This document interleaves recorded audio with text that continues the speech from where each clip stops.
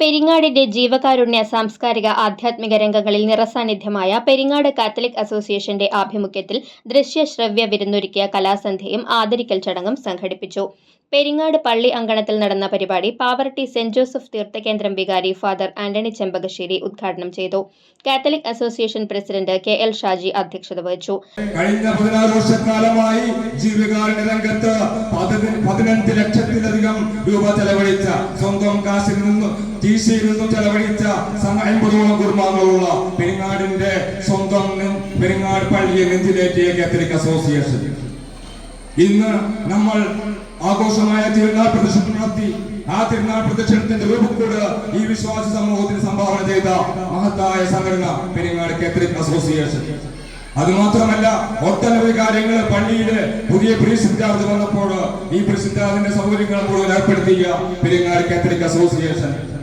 ഒരു കാലത്ത് തിരുനൂർ കപ്പേളയിലെ മരണത്തിരുനാളിന്റെ എല്ലാ പരിപാടികളും കഴിഞ്ഞ 3 വർഷം മുമ്പ് നടത്തിയ Peringad Catholic association.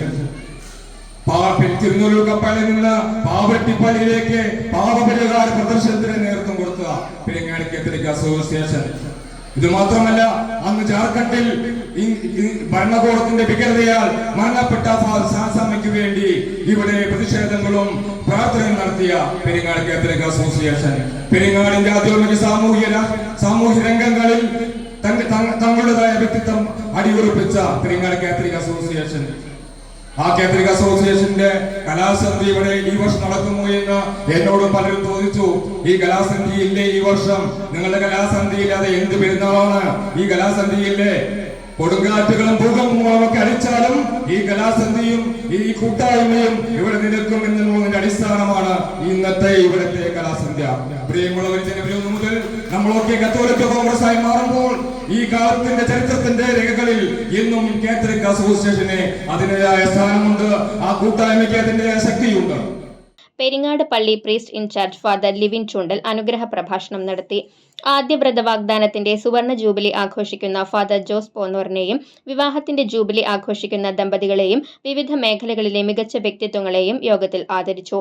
Father Jose Ponnor, convener AJ Joy, sister Vijitha Arakkal, general convener Joshy Komban, Mini Thomson, Shibu Antony എന്നിവർ സംസാരിച്ചു. വിശ്വാസ പരിശീലനത്തിൽ മികച്ച വിജയം നേടിയ വിദ്യാർത്ഥികൾക്ക് എൻഡോവ്മെന്റുകൾ വിതരണം ചെയ്തു. തുടർന്ന് മതബോധന വിദ്യാർത്ഥികളും കുടുംബ കൂട്ടായ്മകളും വിവിധ സംഘടനകളും കലാപരിപാടികൾ അവതരിപ്പിച്ചു. സമ്മാനദാനവും നടന്നു.